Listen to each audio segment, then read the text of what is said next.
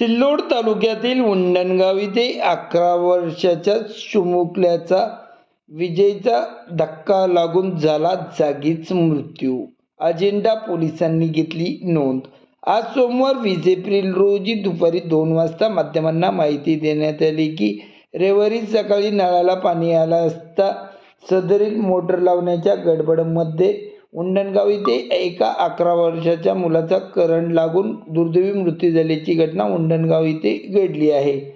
मिळालेली माहिती अशी की सिल्लोड तालुक्यातील उंडणगाव येथील मयत गणेश लक्ष्मण सोनवणे वय 11 वर्ष राहणार उंडणगाव हा नळाची मोटरची वायर काढत असताना करंट लागून याचा जागीच मृत्यू झाला आहे. सदरील माहिती स्थानिक नागरिकांना मिळताच त्याला शासकीय दवाखान्यात नेण्यात आले, मात्र डॉक्टरांनी तपासून त्याला मयत घोषित केले होते. सदरील घटनेची माहिती अजिंठा पोलिसांना दिली असून सदरील अजिंठा पोलिसांनी सदरील घटनेची नोंद घेतली आहे.